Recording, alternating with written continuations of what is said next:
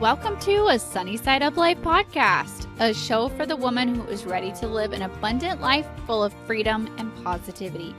I'm Sammy Womack, and I'm on a mission to help you break free from survival mode, gain financial freedom, stay motivated, and focus on what matters most. Join the movement and let's start living on the brighter side of life together. Hey everyone, welcome back to another episode. Today I am going to share with you 5 starting steps for your financial goals. So as we're coming to the end of the year, a lot of us are starting to think about our goals for the new year. I know I definitely am. And if you have some financial goals that you want to put on your goals list for 2019, I am going to help you with some simple starting tips for 5 different aspects of your budgeting journey. So whether you're completely brand new to budgeting and you're just like, okay, in 2019, I'm just going to take control of my finances and okay, what do I do next? Or if you've been budgeting for a little while or you've been on a debt-free journey for a little while, but now you're ready to kind of start a new chapter, work on a different aspect of your budget, this is also going to help you with those goals as well. So let's jump right in without wasting any more time. And at the end, I am going to tell you how you can get your hands on a super awesome free resource that is going to be coming up for you guys. So make sure to stay tuned until the end so you can know all about that.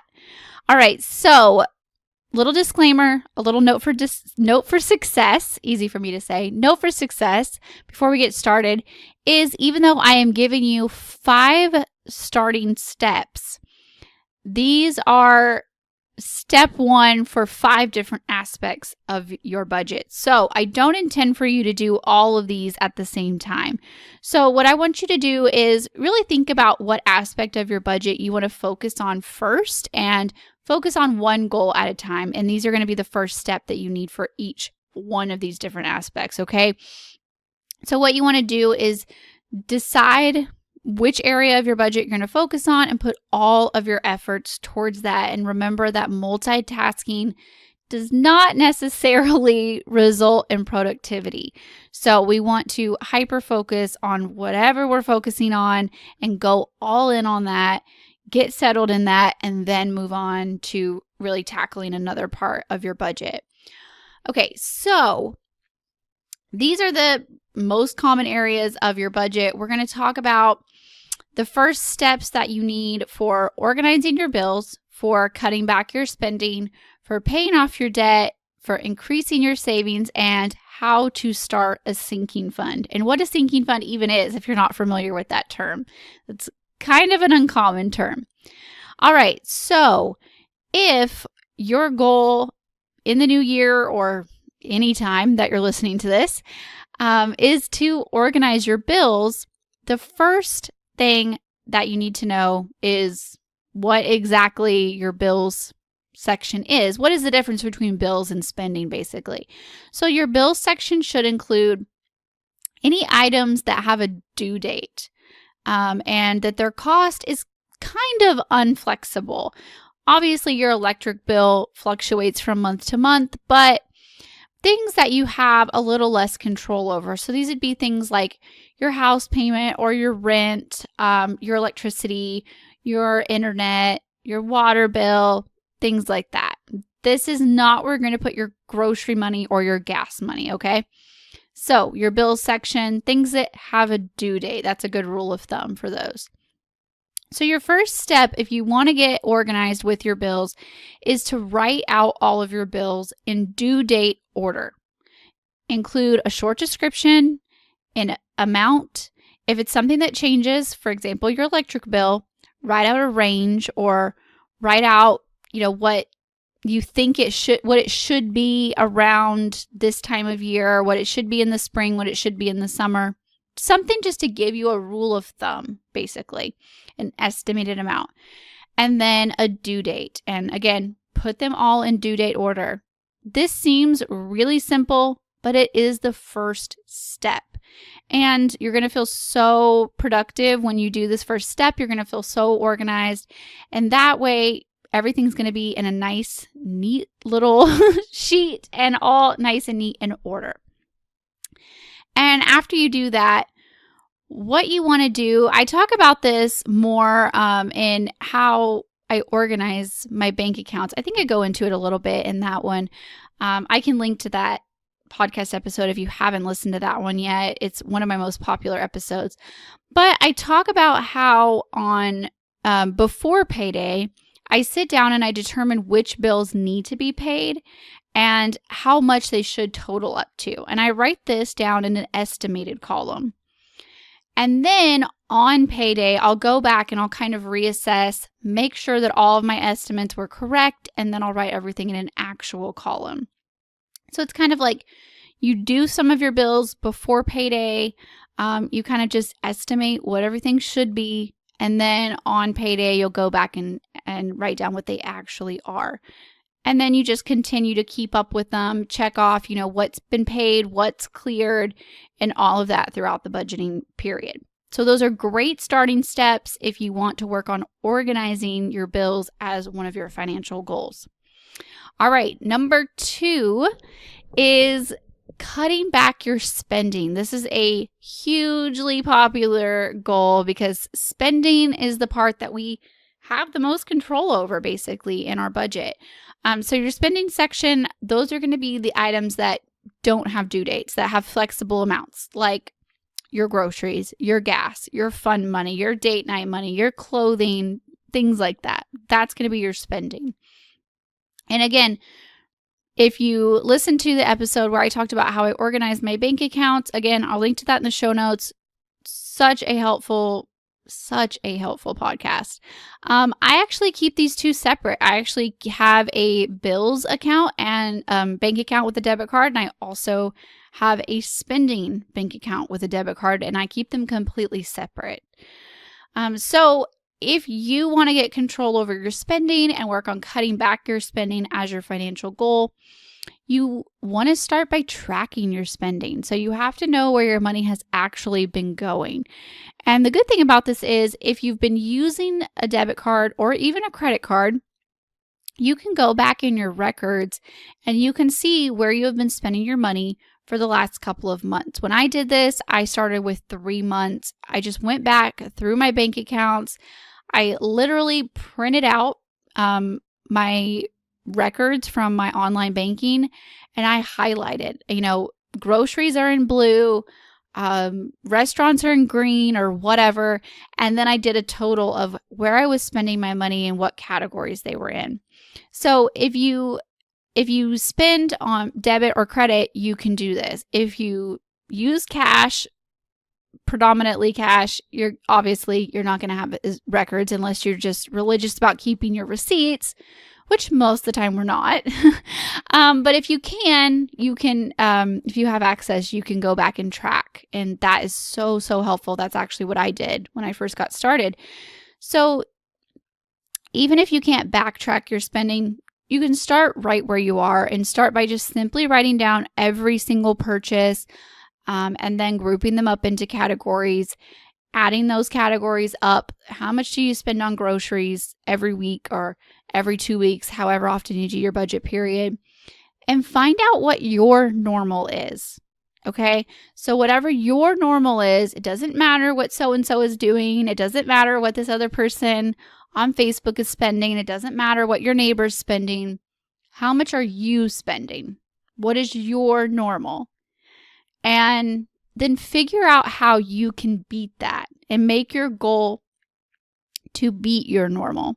So say you're spending $200 a week on groceries. You feel like that's too much. You want to beat that. 200 is your normal. Regardless of what I spend, regardless of what your sister spends, how much do you spend? You spend 200, you feel like it's too much. Your new goal is to beat 200. So maybe say you want to spend 180 or 150 or whatever works for you. And then go from there. And that's how you start cutting back your spending. Figure out what your normal is and make it your goal to beat it little by little. Okay. I also have a free 5-day email course. If you haven't signed up for it, most of you have been through it because there are thousands of people who have been through it. Pretty much everybody on my email list. It's called Take Control of Your Spending. Very simple, straightforward, little free email course. I can link to it in the show notes. If you haven't been through it, it'll help you just kind of get a little kickstart on taking control of your spending. So yeah, let's see. After you do that, you're going to, I'm kind of jumping around in my notes, just excuse me here. So once you figure out what your normal is, you just keep doing that. So that would kind of be where you want to put your estimated column. Again, I do this estimated and actual column on a lot of my worksheets. If you have my worksheets, basically your estimated is how much you want to spend. What is your budget for your groceries? So your groceries, whatever your budget is, would go in your estimated column. And then after you went grocery shopping, you would put what you actually spent in the actual column. And then you can have them side by side to kind of compare them. I hope that makes sense. And then you're just going to update these sheets as frequently as possible and just kind of keep a running total. Again, pay attention, try to beat your normal, keep the categories totaled up, and then you can adjust and adapt as you go and kind of play with the numbers as you start kind of figuring this out and getting a better control over it, and start cutting back your spending, start pushing yourself to spend less and less until you get to a point that you feel more comfortable with your spending. You don't feel like it's so out of control. But I think the most important thing with cutting back your spending is to simply pay attention. So I feel like paying attention, tracking, writing things down, those are huge, huge starting steps. All right. So the next area that we want to talk about is paying off your debt. So this is probably it's probably on a lot of people's goals list for 2019 for sure. So how do you start tackling your debt, especially when you have a lot of debt and it can seem really out of control? Kind of just like what we're going to do, like what we did for the bills and the spending.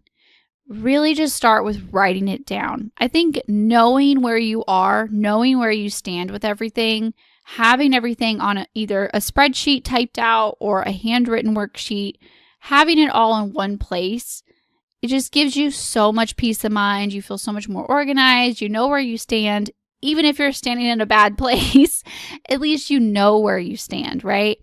And I think that knowing is just half of the battle. So again, same thing if you're trying to work on paying off your debt. The first thing you want to do is just simply write out all of your debts in whatever order you intend to pay them off. Of course, there's always this debate of doing the snowball method or the avalanche method, or doing them in a random order. So for those of you who aren't familiar with those terms, the snowball method of paying off debt is basically where you list your debt items from smallest balance to largest balance. You throw all of your extra money at the smallest balance until it's paid off. You continue to pay only the minimums on everything else. Once that smallest debt is gone, you roll all of that extra money onto the second smallest, and so on and so forth until you're debt free. The avalanche method is where you line them up in interest order. So you would pay off the highest interest item first to save yourself the interest money.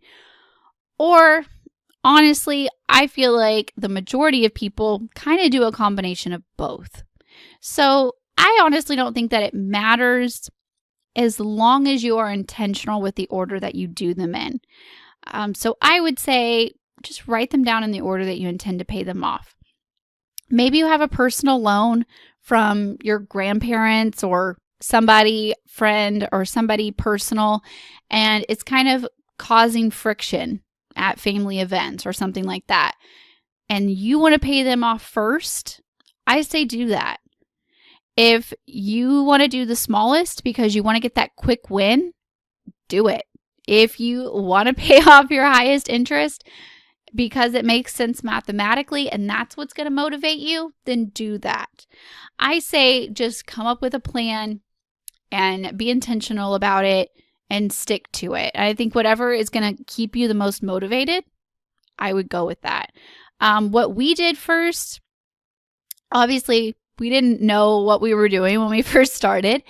And I've just always had a bad stigma with credit card debt. I was always really, really ashamed of my credit card debt, more so than any other debt. So we took my husband's Christmas bonus and his overtime from working over the holidays our very first year, and we knocked out 2 really small credit cards from the get-go before I even added up our debt. And we actually did it so just kind of threw the money at them so quickly that I never even wrote down what the balances were on them. And then after I added up my debt, I actually went and paid off the first 3 smallest debts because they totaled to about $100. That's how small they were. So, I think just be intentional, write it down. That's definitely your first step if you want to work on paying off your debt. And then throw all the extra money that you can at that first debt item, whichever you decide that it should be. And then, until that first debt item is gone. And this is where, you want to start looking for ways to free up any extra money you can so you can throw it at your debt, throw it at whichever debt item you want to work on. So that might be, kind of rolling it into you need to cut back your spending because you want to pay off your debt. Or you want to get rid of a couple of bills. Say you want to get rid of your cable or move to a smaller house or something like that. Or this might be where you want to pick up a side hustle or find things to sell. Do something random or crazy to earn some extra money because your new goal is to pay off debt as fast as you can, right? So that's definitely your first starting steps for paying off your debt. I do want to mention one of my favorite resources, if this is your goal, is to get yourself a debt-free chart. So you guys might have remembered a couple episodes ago, I had Heidi Nash on. She is the creator of Debt-Free Charts, and it is an amazing resource. It's basically the color-in charts. You've probably seen them all over Instagram. They're so amazing. So she has them for paying off debt and for saving. So I'm going to link to those in the show notes. So if either paying off debt or increasing your savings is one of your goals in 2019, definitely get yourself a debt-free chart. Most of the charts are free, and the ones that she charges for are just $1. So really awesome, fun visual to kind of help you get a little bit more excited about your goals. All right, next, I want to talk to you guys about increasing your savings. So I hear this goal a lot. So there are different types of savings. First of all, there is your small emergency fund. So this is basically before you're debt free. This is that little bit of money that you want to put between you and whatever life throws at you. Basically, this is to kind of help you wean yourself off of credit cards or using debt to get yourself out of some kind of burden. So this is usually like $500 to $2,000, kind of just depending on your financial situation. Are you a one-income family? What is your income level? How many people do you have to support? Things like that.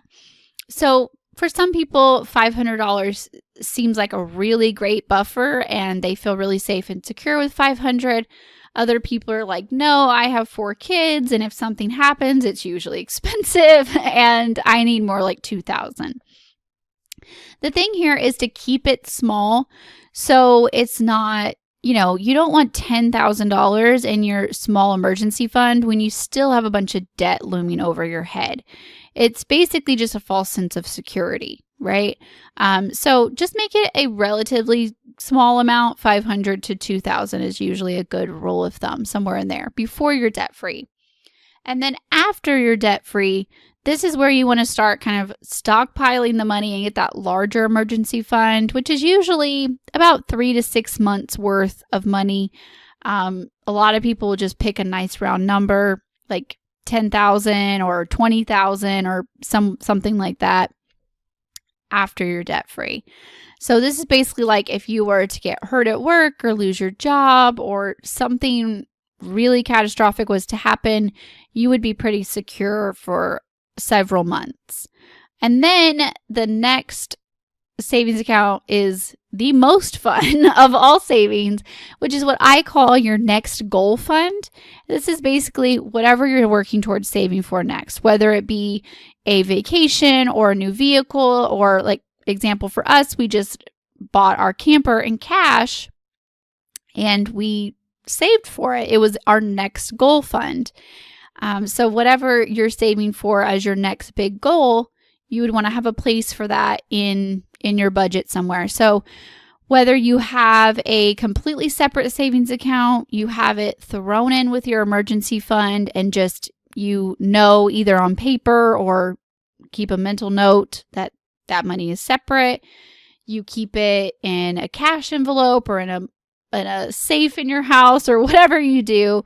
Just know that that money is above and beyond your emergency fund. It's completely separate, right? The fourth kind of savings account is a sinking fund. And I'm going to talk to you a little bit more about sinking funds in just a minute. But this is basically, a sinking fund is where you save for those irregular purchases throughout the year, right? And you want to have a place for that. So whatever you want to do with your savings account, kind of the same aspect as the debt. It's just really what you choose to do with your extra money after you've paid your bills, after you've bought groceries and filled up your car with gas and made sure that you had, enough money to buy clothes and whatever, all your necessity kind of things. What do you want to do with the rest of your extra money? Do you want to put it towards debt or do you want to save it?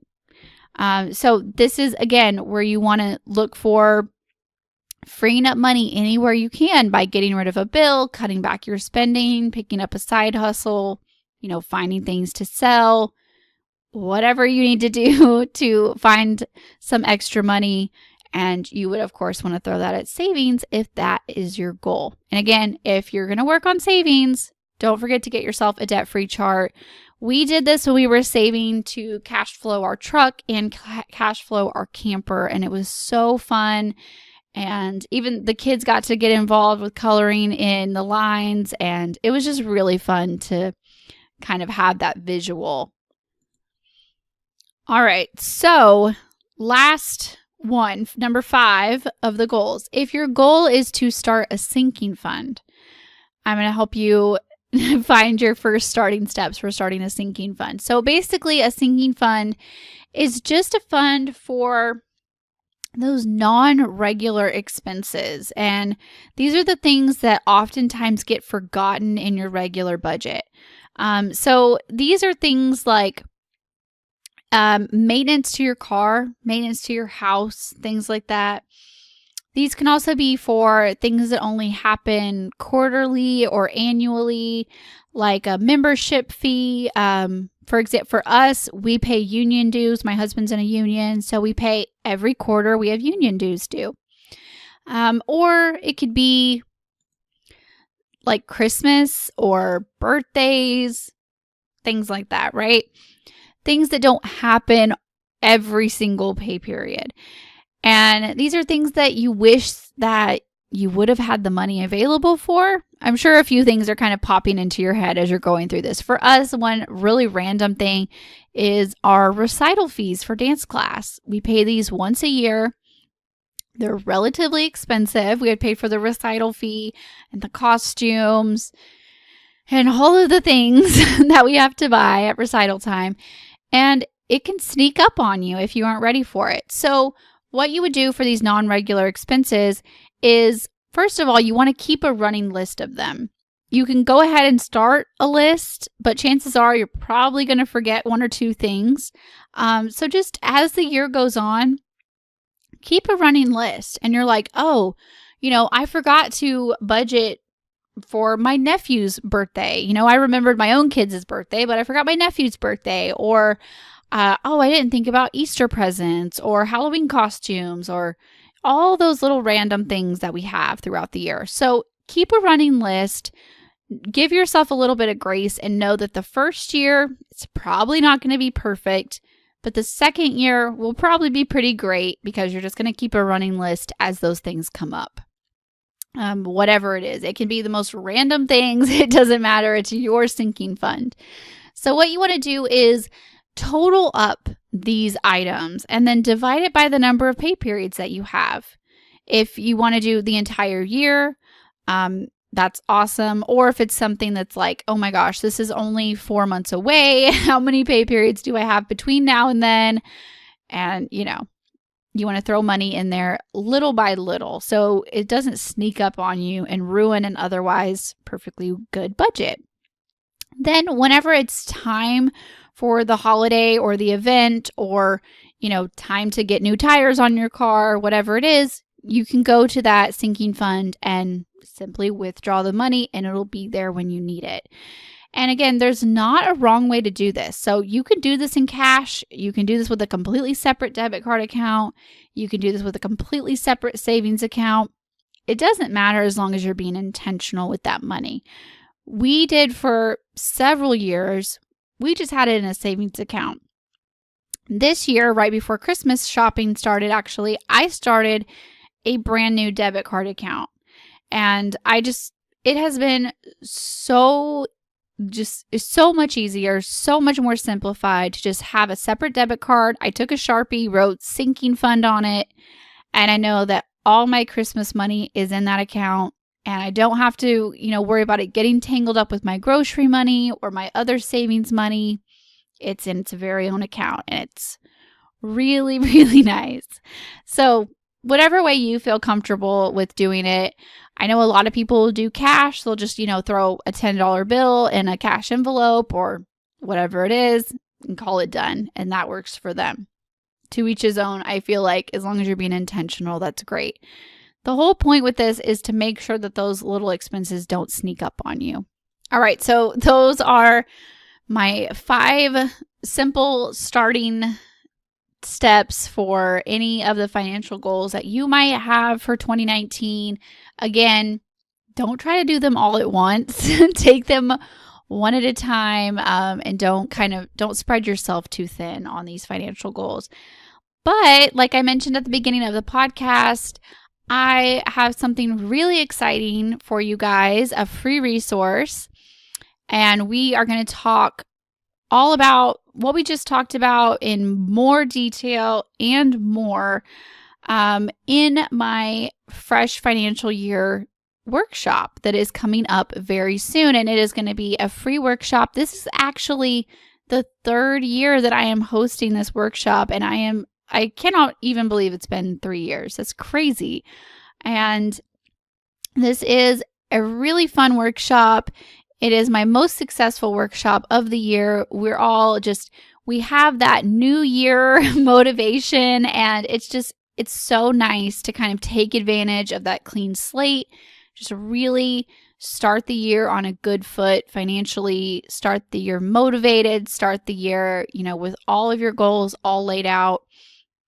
And that is what we do in this Fresh Financial Year workshop. I'm going to talk to you more about ways that you can stay motivated, ways that you can set good goals, not just financially, but good goals for all the different aspects of your life, how to really dig in and determine what your goals need to be and how to just have an awesome year. It's just so good. It's going to be amazing. Anyway, I will link to it in the show notes where you guys can go and sign up for the workshop. Again, it's going to be completely free. I'm going to be hosting it live, but there will be a replay link available. And just insider tip here for my podcast listeners, if you have been waiting for a discount on my budgeting course, Your Sunday Money Method, you are going to want to sign up for this workshop because I'm also going to be giving you access to a coupon code just for signing up for the workshop. So if you've been waiting on a discount for the course, this is a good way to get one, just kind of as a thank you and kind of as a, hey, I'm here for you. I'm cheering you on in the new year and, all of that good stuff. Plus, I'm also going to be talking about another really exciting resource that I'm going to have. I can't share too much about it right now, but just know that it is going to be for the ladies who are ready to step it up even more so than just the course. So it's going to be for those ladies who are ready to go to the next level above the course. That's all I'm going to say for now. But it's going to be awesome. And I cannot wait to share this workshop with you guys and just help you guys get ready for the new year. All right. So I hope that this was helpful to you guys. I hope that this gave you some really good, simple starting tips. Remember, keep it simple. Don't try to multitask. Don't overcomplicate it. Take it one step at a time, and you're going to do awesome. All right. So as always, please share this episode with anyone that you know could need to hear this message. Leave me a review. Subscribe if you haven't already. You guys, this podcast has been growing like crazy, and I am so forever grateful. And I cannot wait to see what the podcast is going to do in 2019. I'm so excited. All right, guys, I will talk to you guys next week. Thanks for hanging out. Bye, guys.